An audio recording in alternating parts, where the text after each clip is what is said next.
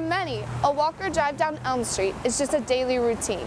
But to others, this spot in Dallas holds on to the history of the assassination of JFK that happened on a Friday afternoon 50 years ago. On November 22, 1963, America lost its leader, a wife lost her husband, and 2 children lost their father. Lee Harvey Oswald was hiding on the 6th floor of the Texas School Book Depository, awaiting the arrival of President John F. Kennedy. Moments later, chaos erupted in Dealey Plaza. One Frisco ISD teacher was an eyewitness to it all. Miss Cynthia Parker from Western Middle School shares her memories from that horrific day. Well, I remember a mixed bag of emotions. First, I was 9.5 years old and in 4th grade.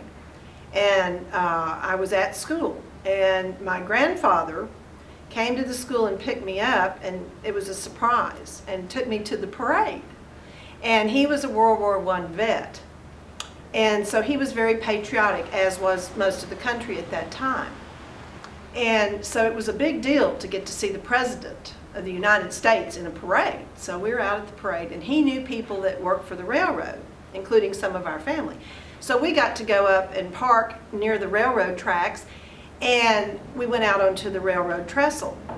And we had a perfect bird's eye view of the whole parade from there. Oh, I was so excited when he turned the corner. Everybody started yelling and cheering, and of course, you know, it was the President of the United States. I mean, how often do you get to see the President? You know, that was a huge deal.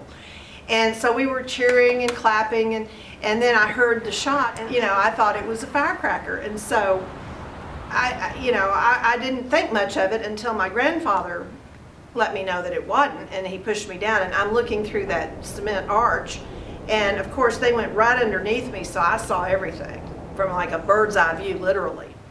But I was totally happy to see him. It was so cool. I remember the flags on the front of the car flapping, you know, and it looked really cool. It looked presidential. You know, if you can describe presidential, it was very presidential. And she looked so pretty and he looked so handsome, and I mean, it was the perfect scene.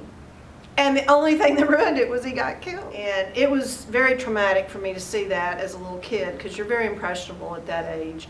And the whole back seat was just covered in blood and body matter. And Governor Conley was shot also, and he was laying there holding himself and in blood and in pain. And I'll never forget that as long as I live. It was very, very traumatic. It went from fabulous to horrific, you know, just in the blink of an eye. You know, like they say in a New York minute, everything can change.